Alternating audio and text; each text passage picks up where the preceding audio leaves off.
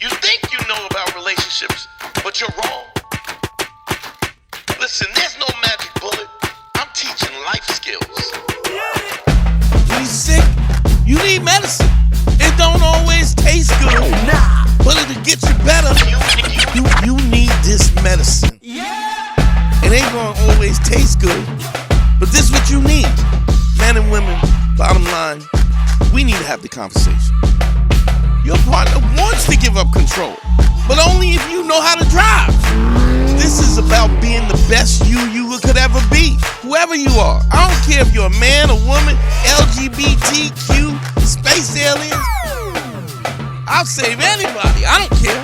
I'll teach a hedgehog how to have a threesome. What do you mean by that? Look, you don't have to listen to me, but you're wrong. Listen, I know I'm great. And I know you're thinking, Dante, there's no way I could be like you. But you could be me, you know why? Because you know who I was? Before I was me, I was you. Man School 202. Better hear what I've got to say because you won't get it again. I'm not an alpha male. I'm not a beta male either. I'm just a better man.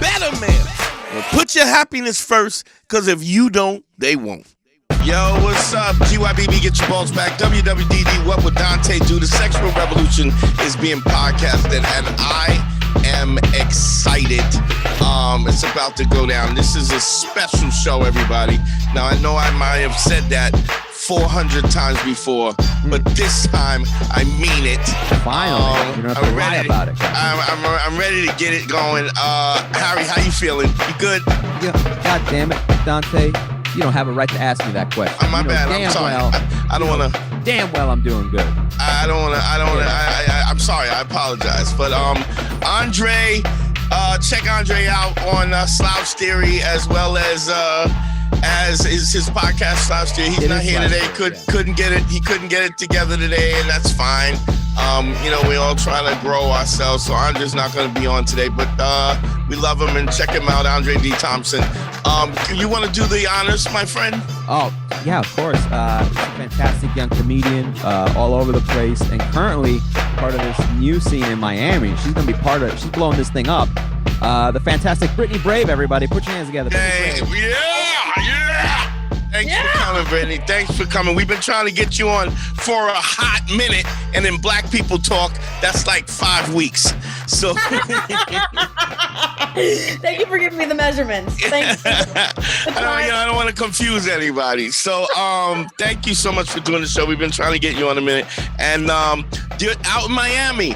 I did a show out there. So I know my buddy Kyle Grooms is out there.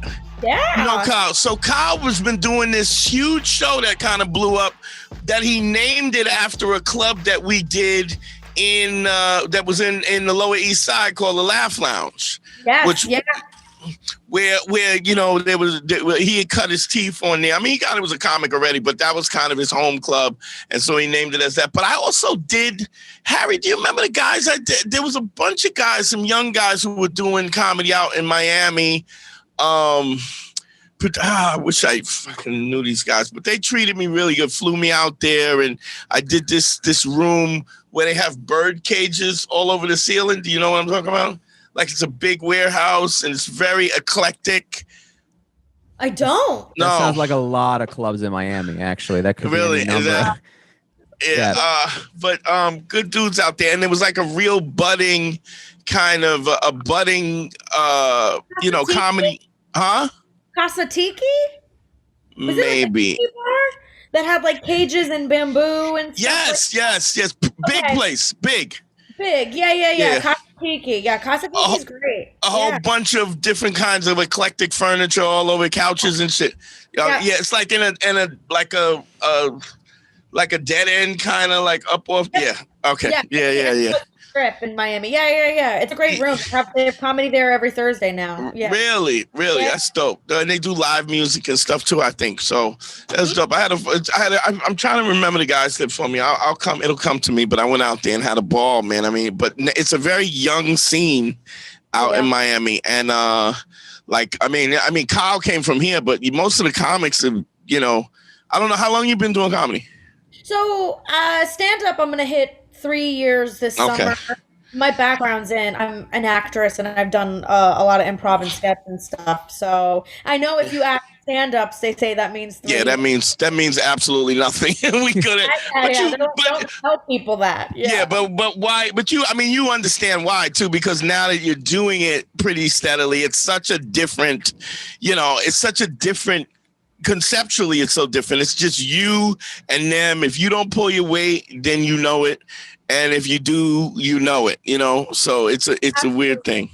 Yeah, it's interesting because it was like improv. And the good thing about improv is that I feel like it made me super comfortable on stage quickly. Yeah. But when I started stand up, I was like, oh, whatever. I can get on stage, and there weren't as many nerves. But right. Yeah, I mean, it's almost like the two things don't count. Like you could 15 years of improv, and it's like, okay, well, go do this new thing. And and you're like, well, it's kind of the same thing. We get laughs. No. Yeah. But that laughs per minute clock, as soon as you get on, hey, everybody, and it's click, it's click, dish, Yeah, and then you go back to watch improv, and you're like, this is forgiving. That was the best explanation of what oh my God, that was so beautiful. Because sometimes, you know what, when you're watching an improv scene, you go, all right, we're waiting for it, and then the scene, before you know it, the scene's done and no laughs happen. You're like, son of a bitch. We never got it. Yeah. Harry will tell you, I hate improv, and not I don't think I hate, but here's my thing. Like when you watch like Wayne Brady and those guys are the Michael Jordan. Like that's the highest level of that, and they stink a lot of times. It's just it's fucking awful sometimes. I mean, it's good moments, but look, you're rolling the dice every time, and it's very forgiving. Yeah, it is. Yeah, I completely agree. And there's something the way it's like fostered. Like I used to teach it a couple years ago, and I knew that I wanted to do stand up because I would just straight up tell my students, I would be like, that just wasn't funny. And I had improv teachers. You're like, you're not in the business of being funny. It's about being like committed and present. Come on. Yeah, it is about being funny. But what's interesting about that is being present. Is something like, so when you have comedians and stuff like that we're all trying to be like the better comics. I shouldn't say everybody because a lot of them sunk, but the reality is that better comics are trying to be present. That's so you learn the funny, you learn the timing and the technique and stuff, but then once you learn the technique, it's being present, still maintaining the funny, still on that laugh clock, and still being in the moment too, which is it's like a whole like Yeah, and I feel like as a comedian and as a human being, being present is like a general goal for me all the time, and comedy's helped it, but also. Yeah, you're right. You find that difficult. I do. Yeah. I've always been like, I find it difficult in social settings too. Like I always struggled with being like present, like fully there in a conversation or like fully there on a date or whatever. So it's kind of a catch-22. I feel like comedy's helping me get better at that. Sure. Well, look, here's the thing. I mean, no doubt about it. You are a cutie. So, I mean, but that's just... but that's my mating call, Dante. It works. That's the weird part. It works. Yeah. Well, you could go to any when you're bar a little and do cutie, that. Right. When you're a little cutie, you just do anything. This could be your mating call, and they would go, "Oh, she's adorable." I gotta send her a drink. But if you're doing that in reverse as a dude, just like. Yeah, it's not the best thing. Did she freeze on you, Harry? I think she might have frozen on us. Hold on one second. Let's see if Brittany froze, and let me put her in the waiting room and see if that'll fix it. Hold on. Brittany joining us. Let's see here. Oh, we lost her for a second. Let's see. Okay, there we go. I'm living with your parents. Yeah. Chapter 100. Yeah. I'm doing the same thing. So if a group of elderly people come in here muttering in Armenian and open the garage door midway through. Yeah, that's crazy because my parents are dead. And you're like, but they still do that, which is like,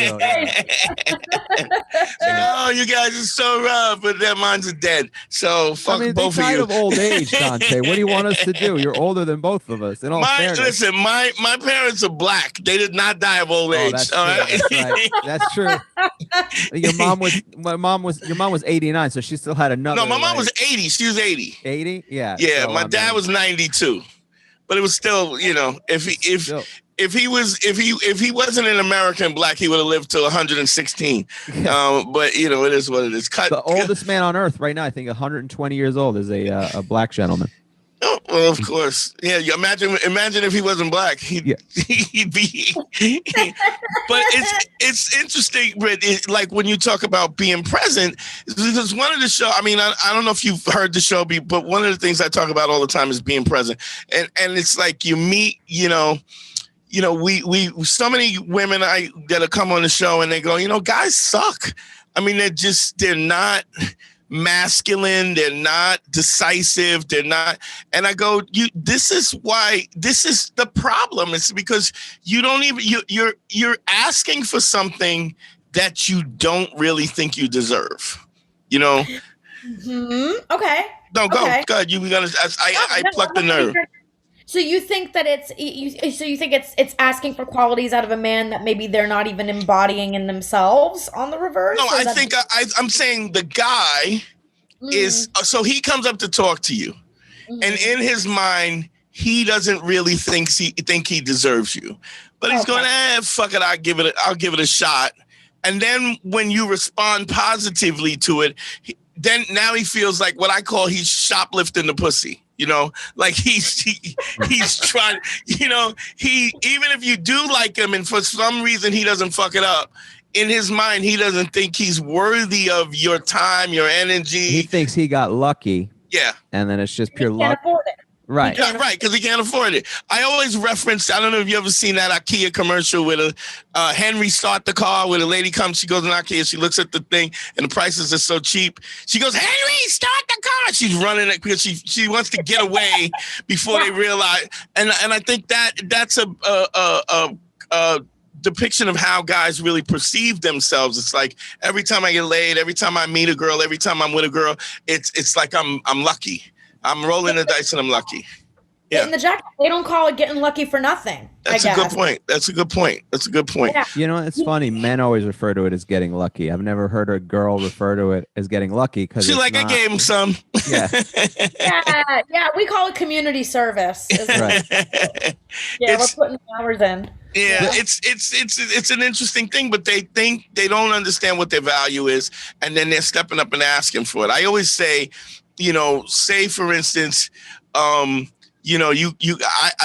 I go see a guy and I have a V12 Mercedes-Benz AMF that's worth $200,000, and I go, hey, you fucking punk, you bitch, you cum drinking fuck, give me $100 and you can have this car. And he'll go, only $100? Like he won't. It's kind of the same thing. It's. I understand that this car is worth more. And so I'm not even going to acknowledge the fact that you just berated me and called me all these names, because I know I'm winning if I get this deal. Yeah, that makes sense. By the way, all of those names that you just dropped are just what I use as terms of endearment. For my that's awesome. Somebody's abusive. Yeah. They didn't call fool you. She bites. That's really interesting. That makes complete sense. That totally makes complete sense. I want to ask a counter question now, sure. Because as a woman who I have now been single now for over 3 years, and I feel like a lot of my 20s and a lot of the dating I did in my 20s was punctuated by guys kind of liking the idea of me or wanting me around or having me in a certain capacity, saying it's all there, saying they don't think they deserve it, but never like locking it in. So I guess my counter question to you is like, why is it like in the pursuit, I think it's in the pursuit of pussy. Yeah. And in the pursuit of the woman from a distance, you think you're not worthy. But then these guys get in these situations with us and they get this opportunity. And then all of a sudden we're like, well, now you're really acting like you don't even know what it is you have. Now right. Almost like you don't, you're saying almost like you don't care. You don't care. So that's what I'm saying. That you're like, in the beginning, it's like, oh my God, I can't believe I got this opportunity. This woman's giving me the time of day. And I'm like, damn, like that novelty wears off. Cause then I feel like I've given these guys a chance and then they do have this access to me. And now I'm like, oh, now you really don't deserve it. Now you're really. Well, that's a really great question. And I have a really amazing answer for that. Because what happens a lot of times is, So I think there's two elements that are involved here.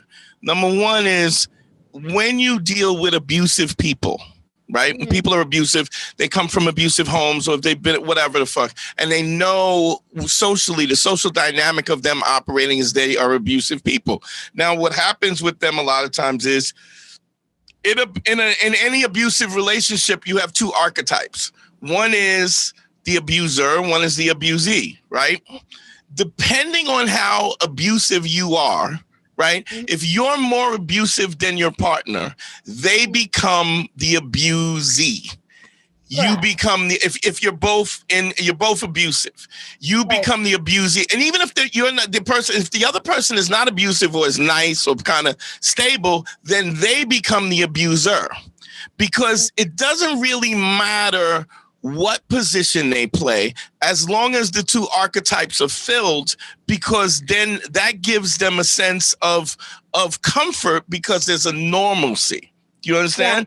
So you go, okay, in my relationship with my mother and I, or my father and I, he was abusive and I let him abuse me and I kept trying to fight for his or her acceptance and stuff. And that was the nature. And so even though that's painful and it's damaging, what happens moreover than not is that we seek those same relationships all over again. You get, your mom's a bitch. You get a guy, he marries a bitch. Like he marries somebody who treats him like his mom, Absolutely. And I mean, that's all really true, that it's like, everybody says you end up marrying your father, marrying your mother or whatever, because like it is like generational, and it is like the love models that you grow up with, you're finding it and you're seeking it in your relationships. And you repeat that over and over and over again. Over and over and over again. And I mean, so much of this is because it's exactly what you said. It's comfort and it's familiarity. It's something that you're used to or something that you internally think that you deserve. Yeah. And even if you can objectively see that it's abusive or objectively see that the power is off, we always go for what it is we're used to, because as human beings, we're wired to be like, well, I'm going to go down the path that I know. Yeah. Because why would I travel down a path that isn't clear to me? Right. Right. Is there a path that you followed in your relationships, you think, repeatedly? Wait, hold on. I want to give the other aspect of this. Okay. The other thing is also, if I don't like myself, right? If I don't love myself, and then all of a sudden you treat me better than I feel I deserve to be treated, right? Now there's something wrong with you. So I go, well, I know I ain't shit, and she's treating me like a human being. She must be shit. And so you lose that credibility. And the only way you stop that is you really have to kind of call it, stop it. And then if there's no adjustment, you got to leave, Yeah. I have had guys say that, like guy friends and stuff. And I know I've been in this position as well, too, where I put up with certain behaviors that I've had my guy friends say, like, I don't know why this girl that I'm involved with is sticking around for my bullshit. And now at this point, it's not attractive anymore. It's unattractive, like, to your point. Like, it's like, well, what's wrong with you? That you're, and I mean, that's like classic abuse and classic, like I was in two abusive situations. One was like really abusive for 3 years, physical, emotional, mental, and everything. And that just maintains that power dynamic. Like, they feel like a piece of shit, therefore they feel like they can abuse you. But then when you stick around and you put up with it, now all of a sudden they're like, oh, I really do have the power. And I do, and it's all now. Well, you know, I have to push back. I don't even think it's really a conscious thing. It kind of just feels right. You know, I smack you in your mouth and you go, oh, I won't do that. And you go, oh, this feels comfortable. And so even when it's painful, it still feels comforting because it like you said, it feels familiar. Yeah, and it doesn't even need to be this extreme abuse either. I mean, No. I think there's a lot of relationships. I mean, I think everybody here has been in a relationship where you're like, I put up with some shit for longer than I needed to because it's better than not having that shit. Yeah. You know? You know? And it's really not. I mean, I say this all the time. I've had situations where, I mean, like I had a girl, I'm going to tell the story. I had a girl that I was dating and then she was like, and I was like, you know, the sex was great in the beginning. And then all of a sudden I couldn't get no head. Right. And I go, but I don't do awkward. So I go, hey, can't get no head here. Like, what's up? What up with that? What's up with that? What's up with the head? You got no brain, no throat, no esophagus. I can't get nothing. And she was like, well, you know, I just feel like I'm not really good at it. And I go, well, I'm here to practice. This is what I'm here for. I'm here to help you out. I'll be the judge of that. If I'm still asking for it, you're doing a good enough job. Right. And if not, we'll get there. But so she goes, oh, okay. I go, okay. Well, I said, well, understand. So one of the things we tout over and over is that relationships are really simple. You got to figure out what your non-negotiables are, and then never negotiate them. You know, and the thing is, I said, I just want to be clear. Me being in a relationship where I don't get no head is non-negotiable. Now, some people will go, oh, well, it's just this. And no, I am in charge. I'm not making you in charge of my happiness. If this is something I get to decide whatever what's negotiable, you get to say you're down or you're not. I go, so understand this. I don't want to have this conversation again. So things were good for a while, and then it started to wean off. I called her. I said, "Listen, we're done. We're done. We're done." Well, why? I feel like we're communicating so much, and with it. And I go, well, then why's my dick not in your mouth? And she's like, why do you have to be so? I go, I'm not going to go through this. I mean, I understand how vulgar it sounds in a sense on the surface level, but it's the same thing with respect. If I want this kind of respect, if you don't want to please me, I don't want you to please me. If this is not what you want to do. You can want whatever you want in a relationship. The thing is that all these relationships are elective and supplemental and additional and additive anyway. So it's like, you might as well, you can set those terms for whatever it is. I just got done I worked with an intimacy coach for 6 months because in the wake of that relationship, and I have all this to say that I agree with you, because in the wake of that relationship, I consistently kept landing myself in just like really shitty situations. And part of the work I did with this coach, I hired her because I was like, you know what? This is an area of my life that I'm not good at. Let me get an instructor. Yeah. I need a coach. Like, I keep picking the wrong partners. I keep putting up for stuff that I know in my heart I don't want to deal with. I'm not happy. I'm not getting what I want. Right. And one of the exercises we did was building out my ideal. And it was over the course of a couple weeks. And she says, you get to pick your ideal, and your ideal is your ideal, and it does exist. And she goes, and it can range from, I want him to have a good job and a good relationship with his family, to I want a big dick. Like, she goes, it can be whatever. Yeah, absolutely. You know, and it's like, and you know, you're doing that other person a disservice if you stay in something knowing something's missing and that you're unhappy in it. Why stay for both of you? Yeah. What does an intimacy coach like cover? Like, how does this come about? This is an interesting concept. Yeah, so I met her actually I mean they all coaches nowadays. I had the worst stigma associated with coaches. Like even therapy, like because you coached improv for so many years. That's probably why. She was like, Because you realize how little it takes to be listed as a coach. Oh, you've been doing it 3 weeks longer than the rest of us. You're a coach now. Oh, honey, yeah. I was like, I know how full of shit you are. I was a coach, so yeah. Yeah. No, but I feel like life coaches and stuff were just like social media influencers who bought a notebook and a pen, you know, like that's how I looked at them. But I met her at a domestic violence benefit. Okay. She has a history of abusive relationships just like I did. So I think I already vibed with her. Yeah. Yeah, and I think that's the only way it works. It's the same way with therapists too. They have to see you for you.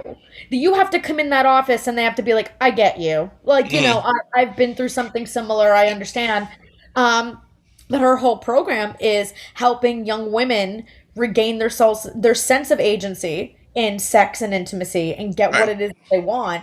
But through I had to go on a detox. Like I took 6 months off of sex and relationships and all of this stuff, and I really had these tough calls with her multiple times a week, every week, about what are your top line behaviors, your bottom line behaviors. Let's go through every guy you've ever been involved with that has any sort of significance to you, and I want you to list out what was good, what was bad, it was like the gauntlet. It was it was a lot, but part of that was the ideal. And then she goes, you deserve to have absolutely everything that you want. If you want a man who eats pussy, then if you come across a man who I do. I do. I was like, I mean, hello. Okay, no. Who doesn't? Who's like, nah, that ain't up my alley. I want a guy who dry heaves a little bit every time we talk about it. Yeah, exactly. I want a guy who has no idea where the clitoris is. But how about a dude just wants to go? He goes down with a clothespin on his nose. I mean, look, everybody. Whatever you're into, you could ask for anything. You can ask the universe for anything you want. Yeah. Sure. Yeah. It's interesting that So one of the things that while you were telling that story is just the ability to go, I'm gonna submit myself to the process and just do it. Because the whole thing is, if it doesn't work, whatever the fuck. Yeah, and that's all this stuff is trial and error, all of it. Yeah. What have you discovered about yourself through this process? The biggest thing you've discovered about yourself and how you handle relationships, Brittany? I discovered a lot. I discovered that I think a big thing for me was not to go back to not being present. I was landing myself in a lot of relationships and not being present, and that's why things were happening off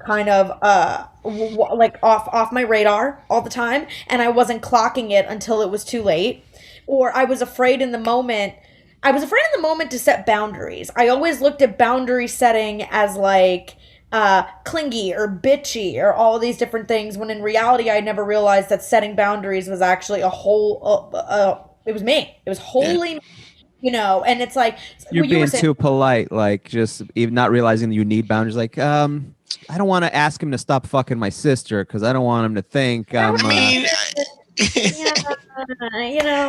So it was that, and safety was a big thing, and safety in a lot of different, on the surface level, it was I needed physical safety, obviously, that was a no-brainer, but I learned that I was I want someone that emotional safety. Right. And stuff like that. Right.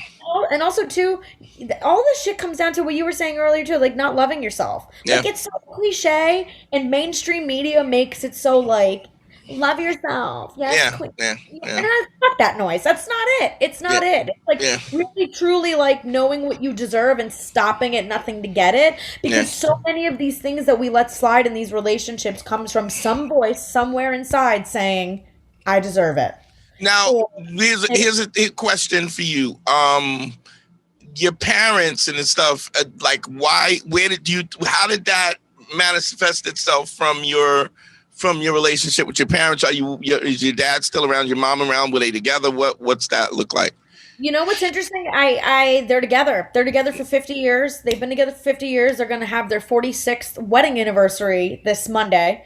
They're very traditional. very monogamous, very, so I grapple with, I think, looking at their traditional love model and finding ways to adapt it in a very non-traditional dating setting now in 2021, right? Because my parents are a lot older than me. So I think what I was raised with still exists, but I've needed to kind of like, okay, how do I take the values that they instilled in me and apply them now in 2021 as well? But another thing that I learned is it was less about my parents and it was more about like my upbringing and just like random kind of, now I don't want to go as far as to say traumatizing experiences with men, but if I were to give my parents anything or blame them for anything, this wasn't talked about a lot. Like, so I was kind of left to kind of go out there and determine. I knew I should be respected. I knew that I should have a healthy relationship full of trust and all of these values. Like, I looked at them and stuff like that. But I kind of I feel like there was a distance. But, we didn't have like intimate discussion about like, okay, what do you really want a partner to look like? Like, it was just like, well, he should respect you and he should have a good job and a good relationship with his family. But it's like that kind of shit. Like when I went out into the wild and started hooking up. Standard. Like that's not a request. It's like going, what do you want in a car? Well, it should have 4 wheels. I mean, it should have an engine, ideally.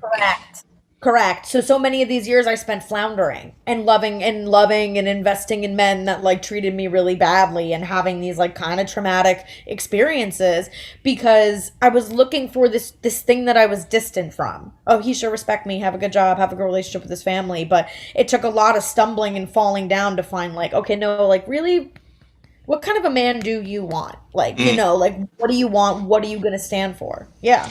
And then you got to, the other part of that that's difficult is you got to really be honest with that. You got to be honest with that even when it may be untraditional. So, what's your nationality? Like, where are people from? I'm Italian. Okay. How many generations out of immigration? Second generation. Wow. Yeah. My mom and my dad were born here, but my grandparents onward were all born and raised in Italy and then eventually immigrated. Wow, so here's something that I found to be true because I do the one-on-one consultations and stuff. And what I find is a lot of children from immigrant parents, because their whole point of coming here was survival. So there's never this, and look, I mean, you don't even know, like, I don't even know if you know whether or not your mom and dad is happy. Not to say that they're not or they aren't, but I'm saying that's just not something that was a priority. It's survival, It's co-parenting. It's building a life together. I mean, you took the words right out of my... Literally, before you asked, I was about to be like, listen, I'm a second-generation Italian woman, and like Italian women I see it in my family, are known to be very submissive, and that their role here is it's traditional to a fault. If there's infidelity, if there's pain, if there's anything, it's like, it doesn't matter. You stick it out. You hold the family together. So to your point, that's what I think was missing from my upbringing from my parents. I was never taught or given that space for what makes Brittany happy. Right. What does happiness look like romantically? I was taught that romantic happiness, quote unquote, was together, just being together. You're just together, and you stay together no matter what, for the kids, for the family. You make it work. He cheats, doesn't matter. You know what happens. You just slide it under the rug. All of these things that are not. And you're right. Like, it's like, I love my parents to death. Like, listen, they are a unit. I admire what they've built together. Sure. Well, I mean, the geniuses of today stand on the shoulders of the geniuses of yesterday. So you wouldn't even be able to actualize and I mean, you're still exploring this idea of self-fulfillment and happiness. But if you didn't, you don't give a fuck about that when you're hungry. When there's no roof over your head, you don't have time for self-fulfillment. I really want to try pottery. I like it. Just you don't have. Yeah, you don't even have that. And that's so funny because we get into arguments on, like, my mom goes, why is your dating life so complicated? And I'm like, because I think that yours was so simple. That's why you think it's so complicated. I was like, you just weren't considering the things that I'm considering today when you and dad picked each other, or when you and do they seem happy together? At least do you get the idea that they're happy, or do you get the idea that they're roommates like a lot of immigrant parents? A little bit of both, I think. A little bit of both. That's roommates. That's mostly roommates. Yeah, I think they wanted contentment and they have it. And then I also think, and it's fun. I live with them now thanks to the pandemic, and I think it's fun to watch two people deeply know each other and also be so fucking annoyed with each other. Is it weird to live? Beautiful. To be back with them, because I just I can't believe I'm going to tell this story, but I just found condoms in the wastebasket. My dad's condoms in the wastebaskets, and they're magnums. So fuck, man. I don't know if I don't know why that Magnums bothers me. or Magnum XL? Come on now, we know the difference. Listen, why you always got to cuck somebody, Dante? Ain't enough that my dad's got a big prick that we can't we just enjoy that it runs in the family? Big giant Armenian prick. Daddy packing heat. I guess he is. It smokes. It smokes and wears acrylic sweaters. And it spits a lot. It drinks whiskey. It has a mahogany bookshelf. It's like the whole thing. It has to take its slippers off too when it goes near the carpet. There's a whole thing. Does it drink Uso? Uso. A lot of Rachi. Rachi and Uso. It's interesting because I remember you initially you said that it was really the complexity of the relationships, but it's funny. It's like when you take it the step back, it's really not. It's this other thing that you've learned and you're repeating it, and it becomes so innately part of who you are because, when you look at your mother, you go, so picture you as a 3, 4, 5-year-old. Your representation of what womanhood is that woman. And what a man is your father. Those are the two models that you have, unless you adjust those models as an adult. And then you just repeat this, in your adult life over and over and over and over again. Yeah, for better or for worse. Yeah. You repeat it. And maybe there's some element of that with everybody. It's like that's what you do. You repeat it because that's what it is, and then it takes a lot of this falling down and looking inward for you to then realize, like, I actually don't need to subscribe. Like, I had a friend push back on me on this because I always said that I was like, I really want to get married. And I was like, I really want to get married and I really want to have kids. And all he just asked one day, we were having drinks and he just goes, why? Which is such a simple question. But he goes, just why? And I really struggled with coming up with why. And I said, it probably is because that's what I was raised with, and that was romanticized a little bit to me. But I also think now that I'm kind of finding my footing really sexually and romantically after going through all of these things, I'm also like, well, I don't necessarily need those things as long as all of these other things are here. And listen, all this shit is process of elimination. You don't know until you date somebody who fucks up your whole life, and then you're like, well, I know I don't want that. Right. Yeah. And it's just going through every door. But but it's interesting because when you said something about the intimacy coach is really to kind of ask that question. That whole process is asking why. But and then, so in one sense you go, well, I know I don't want that, but not wanting that never gets you to what you want. So if my wife will go, I'll go, what do you feel like eating? And she goes, and I'll go, how about pizza? And she'll go, I don't want pizza. But that doesn't get us any closer to what it is you want. You have to really ask that question. Yeah, it's like operating on the defense or then operating on the offense. And I think you're right. Like, that's super important to be able to spot red flags and see what it is you don't want. But like, there's something about this area of our lives, and like, I can speak to it as a woman. I think women experience it a little bit more, where we're like afraid to take control in this area, or we're afraid to like. In terms of what? It goes beyond just, I know what it is I don't want. I think, I know me and my girlfriends it's something that we bond over. It's beyond, I know what I don't want. And it's more so, like you said, being active rather than passive. Being like, and I'm going to go for what it is I do want. Well, it's part of growing up as a woman is the idea of you want to have somebody come in and sweep you off their feet. The idea is that you don't even chase, really. You don't even ask any dudes out. You want dudes. So everything is waiting to receive. right? Yeah. So you're not accustomed to asking for what you want because you were waiting to receive and then dealing with it once you receive it, as opposed to going out and seeking it yourself, which is how men hunt, women trap. Yeah. That's true. It's so true. And it's like, yeah, our fairy tales were all just like, what was she doing? Like she was just waiting in a castle, like not even flicking the bean either. She's just waiting in a castle with her hair. She's just like, well, the day will come. Yeah. Where I'm rescued. That's it. And it's like, hello, like I want to see the Disney princess that is like, no, I'm going out every night and I'm putting myself out there and I know what I want. I want to see a Disney princess who dumps somebody. That's what I want to see. Yeah. It's also interesting when your mom says, why is your dating life so complicated?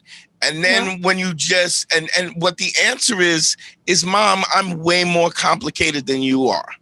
Is really what it is. So you said improv and stand-up comedy and all these. So there's this.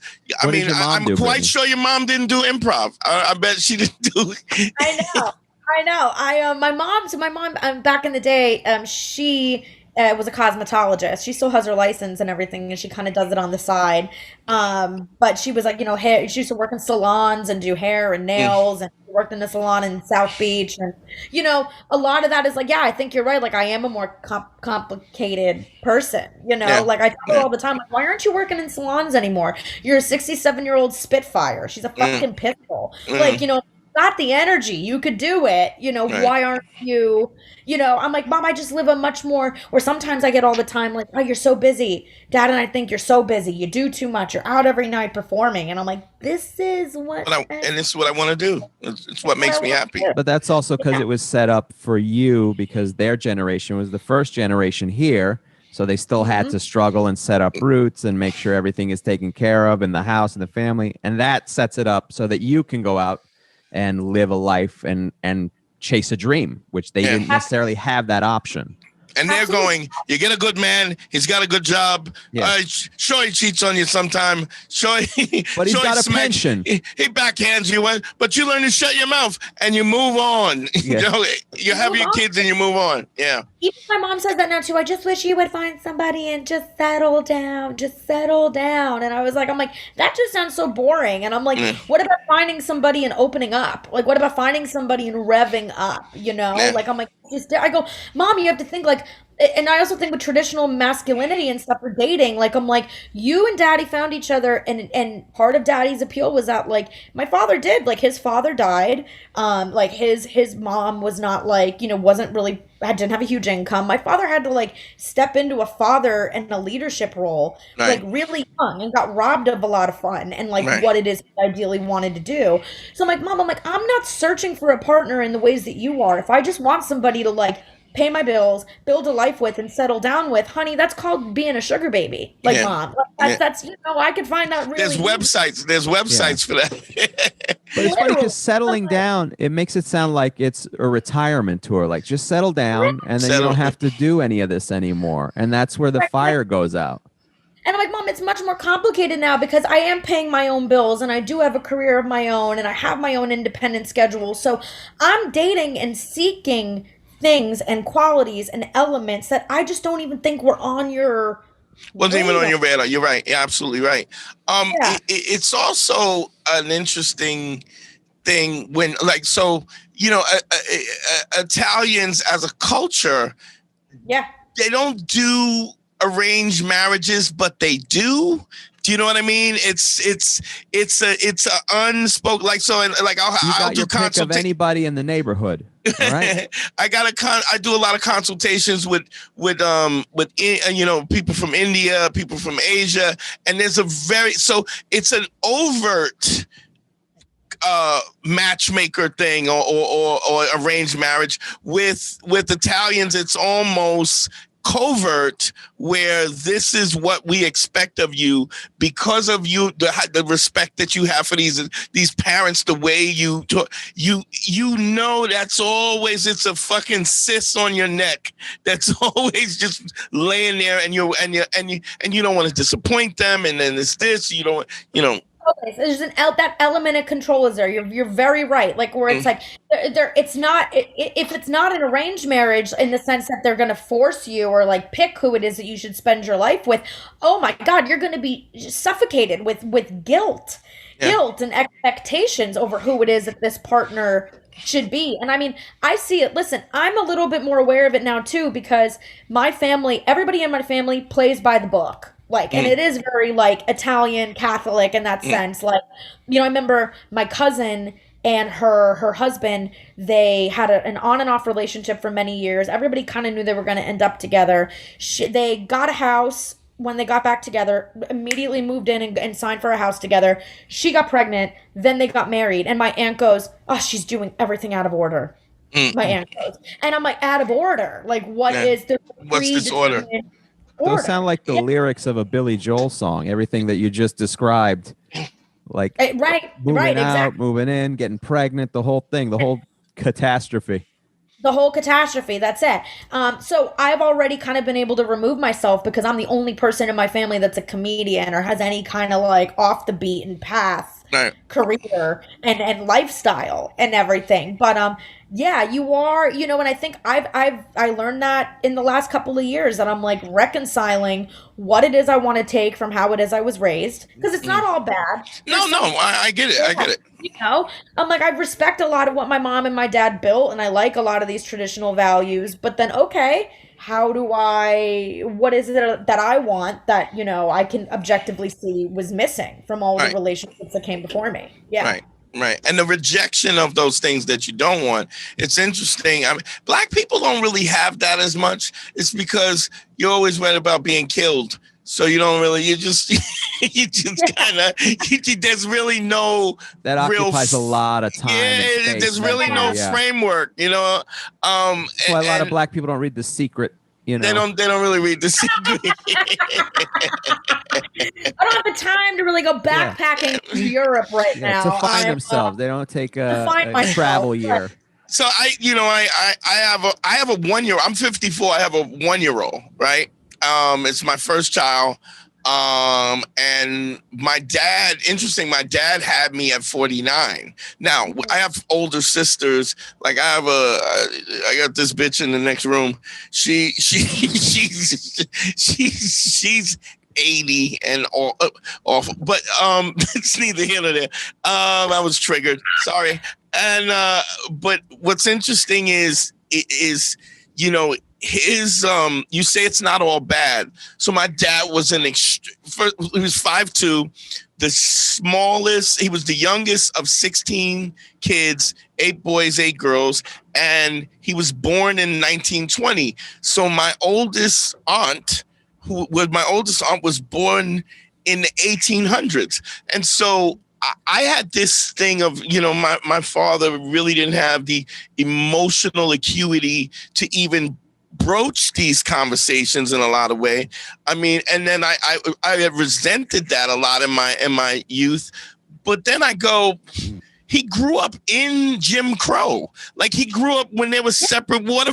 Like you have to take that variable into consideration, forgive them for that, but still understand. But he was only 5'2", but a huge personality. I remember as a kid, we could not go down the street without people yelling from the outside, "Hey, Nero," and you know, just this kind of popular guy.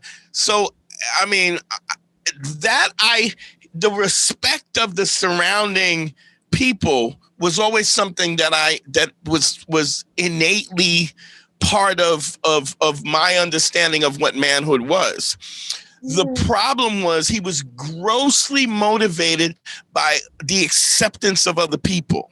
Mm-hmm. And his acceptance of other people made him neglectful of me as his son because of the fact that once he had I was his son. And so, you know, you always want that you want the attention of it. So he had that.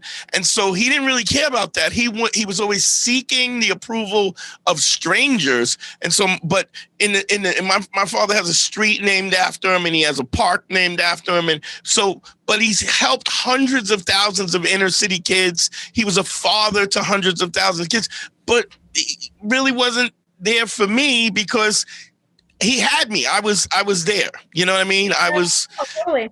And so my whole thing was, okay, like what you're saying is, what about this do I like? What about this that I don't like? And so I'm and I, you know, you got to kind of find the midway, because and Harry will tell you that I don't give a fuck about people think, No, you know, but you can't, thanks, Harry. Not at all. But to the same token, in order to be in that place where you don't give a fuck about what people think, you have to be self-monitoring.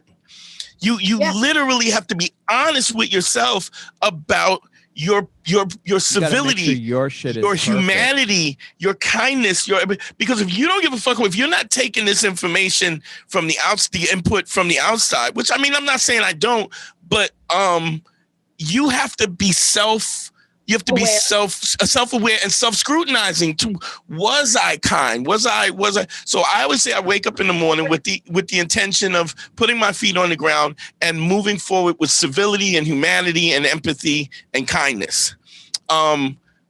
If I'm not acting that way, or if somebody is bereaved or somebody's upset with something, then I have to ask myself, was this fair? Was this appropriate? And so I'm constantly doing that. And so you gotta, you know, because if you look, I'm trying to think what approval is a saloon door. It swings both ways. So if you allow people to validate you, then you also allow people to devalidate you. So you ain't shit when they think you're shit, and you're great when and I don't want to give that kind of power away. And also, I agree. And also, if, you know, you always have to have your internal compass, like how you just said, like, you're like, if you know, a lot of this too is like in the journey of becoming a comedian as well. Like that ability to poke fun at yourself comes from a level of self-awareness and understanding of the self and acceptance of the self. And there is this power in like, well, if I'm happy with myself, or I can make fun of the things about myself. Right. I understand myself. That's the golden ticket, because then you're already removed from whatever it is anybody else has to say about you, because anything they say, you could be like, yeah, I'm aware. I know I do that. Right. And they don't have the power over you either. They have no power now, because it's like, well, I'm already aware that I do that. Thanks for noticing. I'm aware, and I'm already 10 steps ahead by trying to manage it and work it. I live at home with my parents. It's fine. Wow, that's an old telephone. I want to tell you, I know you got a hard out. You got a hard out, but I want to say that funny. This is like, you know, I've been doing comedy 20 years, and I realized funny is being able to.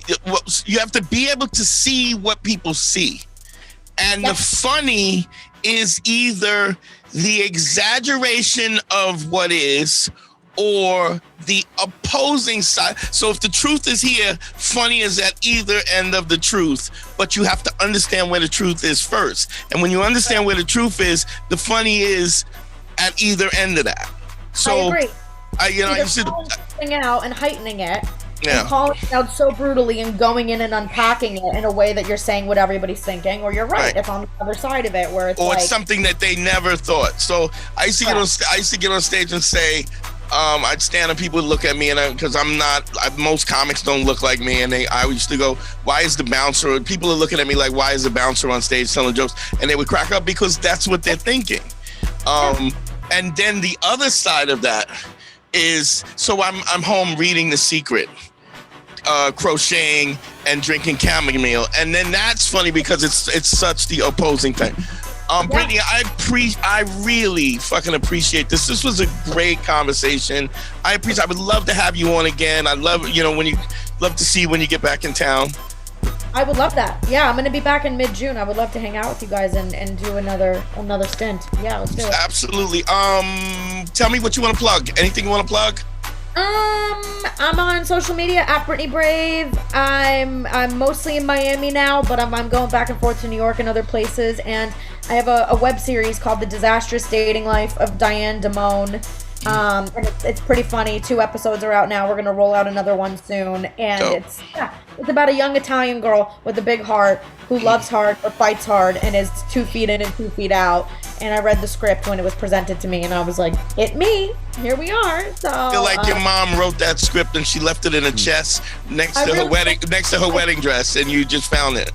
I think she called the creator the director of the show, and she was like, "Just cast her in this. She needs to see herself through art. So just please write this show about her."